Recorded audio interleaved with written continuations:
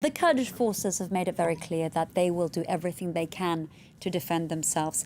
But how much of a fight can they put up against the Turkish troops, given that we have some numbers here, roughly 5,000 to 10,000 of them that had amassed on the border with Syria? Well, the thing is, what's going to make a very big difference, obviously, is the equipment of the Turkish army. But I'd like to show you a map, because I always understand things much better with a map. So we have a map of this northern region of Syria. And indeed, you've got to understand what's at stake for the Kurds. The Kurds have been fighting this war against ISIS as a partner to the international coalition against the Islamic State for years now. They've had heavy losses, and indeed, in the course of this, they have managed to take control of a very large part of Syria. Basically, all this piece in yellow you see here. Now, the problem for the Kurds is that what the Turks are wanting to do, which is create this buffer zone here up north. This is something that Recep Tayyip Erdogan has been wanting to do for a very long time. But you see, all the main cities in Syrian Kurdistan are in the red here. If it were, France, for example, it would be as if you'd say, right, I'm just going to have a security zone that includes Paris, Lyon, Marseille and Bordeaux. If it's with the United States, it would be like saying, right, I'm going to cut a slice along with the East Coast in which you will have Washington and New York. The Kurds, basically, if they lose that piece of land, will have nothing left. All they'll have is a large piece of desert. Now, there are cities a little bit lower, but what we're looking at here is mass exodus, should the Turks really move in strongly, to the south towards desert. And there, what you would have is potential large camps. Now, this has already happened once earlier. This was the Turkish operation called Olive Branch, and this was over here to the western side of the border. It's that piece that you can see here, which is turquoise. This is controlled now by the Turkish army and its allies, and that includes also some, jihadi groups. The city there, the main city there, is called Afrin, and indeed, when Afrin fell, the Americans did not move. The reason for that is that there was a kind of a gentleman's agreement, if you will, that this line here between the pink and the yellow, in fact, is the Euphrates River.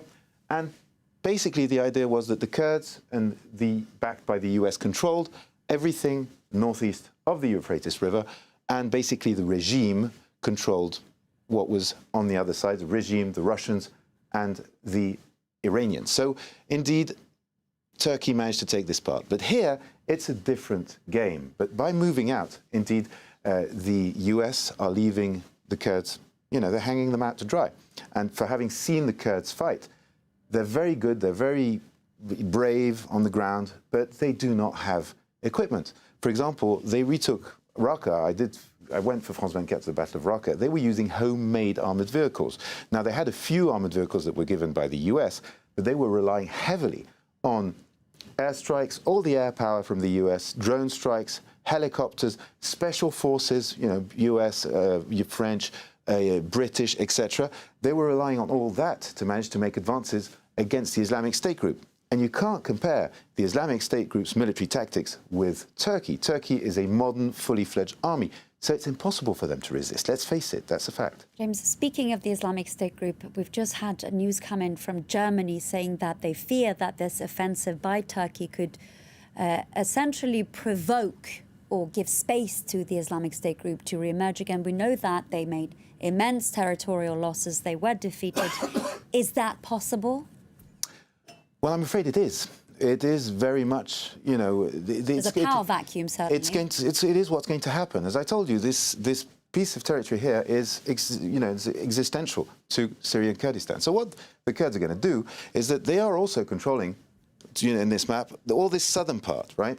Even Raqqa. Raqqa is an Arab Sunni city. It is basically not natural terrain for the Kurds. And just to put things really clearly, you have attacks on a daily basis in Raqqa. People coming out of nowhere with Kalashnikovs, firing at Kurdish, militiamen holding neighborhoods, etc. You have bombs that go off on a daily basis in Raqqa. And for the moment, it's extremely difficult to assert control on Raqqa. Raqqa, once again, is not natural terrain for the Kurds. It is not their homeland. So what they will probably do, and this is what they've been threatening to do all along, is basically move their forces up north. They're not that interested in controlling Raqqa. The minute the Kurds leave Raqqa, Raqqa falls back into the hands of, the Islamic State, or a milder version of it, or a tougher version of it. Nobody knows. All the political problems in Raqqa are still there. What caused the emergence of the Islamic State is still there. You still have disgruntled Sunni communities that are marginalized and who are now living in a totally destroyed city. So the potential for violence here is immense, and you can go down here along the Euphrates River, you get to Deir ez-Zor region. That's exactly the same. When I visited that at the end of 2018, and they were retaking it, they were having a tough time with the population simply because there's, people look at each other. The population is majorly Sunni. A lot of these people were anyway suspected by the Kurds of having helped the Islamic State group. The fact of the matter is they did. So it's very difficult for them to keep control there. And if they move up, well, Islamic State will most certainly come back into that vacuum. And staying with the Islamic State, James, we know that actually their prisoners are in the area. What's going to happen to them? Well, the prisoners in the area, they are, for example, this is Al-Hol camp, right? We were there with a team of France 24. That was the beginning of this year. And so there are several thousand prisoners, some of them local. If you take the local ones into account, we're talking tens of thousands. There are also several thousands of foreign jihadi fighters that are being held by the Kurds, by the Syrian Democratic Forces, obviously with help of Western powers who, bring in money or means, etc. But the conditions are pretty dire, for example, in Al-Hol camp. And, well, I don't know if we have this piece of footage, but I can show you. Okay, I'm sorry, I'm being told we do not have the piece of footage, so never mind. But anyway, we're talking basically a camp which looks like a refugee camp in which women and children are just parked. That's something that we filmed. We went in there. And at the stage we did go, the situation was already difficult, with one person having been stabbed by these women and killed, and they found the body under a tent. Now, things have gone into the next gear, if you will, since, and that is that there's been a fully fledged rebellion inside the camp, where at one stage they managed to put up a flag for the Islamic State group. Other Kurdish guards have been killed, and the Kurds have been saying all along, and they told us, look, this is not our problem, if you will. And they're saying, right, please, European countries, come back and collect these people.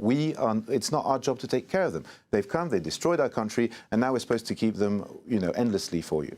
And Donald Trump has been going on about that as well. But the fact of the matter is, France, Germany, because we saw French people, German people, we saw people from northern countries, etc. There were many, many nationalities, and we're talking thousands of people. These were just the women. The men are kept separately, and they're not shown easily to journalists. And basically, we didn't meet any of the men. But the countries don't want them back, because obviously it's a major threat, as we've seen in Paris just recently. James, we've been talking about how high the stakes are for the Kurdish forces, essentially why Turkey started this offensive. You've been talking about the potential re-emergence of the Islamic State group. What about the civilians? They happen to be at the heart of any conflict, and already we've been seeing images of them escaping, fleeing the area with their basic possessions on their backs. Let's not forget the civilians. Well, for the civilians, it's going to be very difficult. It depends what Turkey decides to do. When Turkey moved into Afrin, 300,000 people were displaced. And the idea of the Turks, and this is what they've been selling as well, is to move the Syrian refugees who fled conflict to Turkey back into Syria, in part in this area. Now, it's very difficult to imagine how that would be done. But anyway, it is something that Erdogan says, basically, either you let us take a piece of Syria to put these people back into Syria, or we're going to just open the gates and let them back into Europe. This is also why he's getting away with a lot of the stuff he's doing right now. So the question is, yes, the civilians, they are obviously extremely tense and frightened. I've been able to speak to a couple of people who are telling me, well, they don't exactly know what to do yet. As you've heard, the YPG, the Syrian Democratic Forces, but you could say YPG now, is saying, right, we need to all fight together. It is important to remember that the YPG is also a Marxist guerrilla, and that, yes, indeed, they might mobilize everybody. But, yes, the potential damage is huge, and what we're really facing is basically people moving down south from this part, which is densely populated, which is full of towns, into the desert, and that means tents, and that means big problems, because we're talking a lot of people. If you take a city like Kamishli, it is a large city. If you take you know, along that border is where all the population is concentrated. So we're talking hundreds of thousands of people who will be displaced. If they don't stick to that 100-kilometre radius, essentially, and go beyond, right? Well, it's less than 100 kilometres. We're talking maybe 25, 30. Well, it's basically what Erdogan has been wanting since the beginning. To break down the infrastructure. James.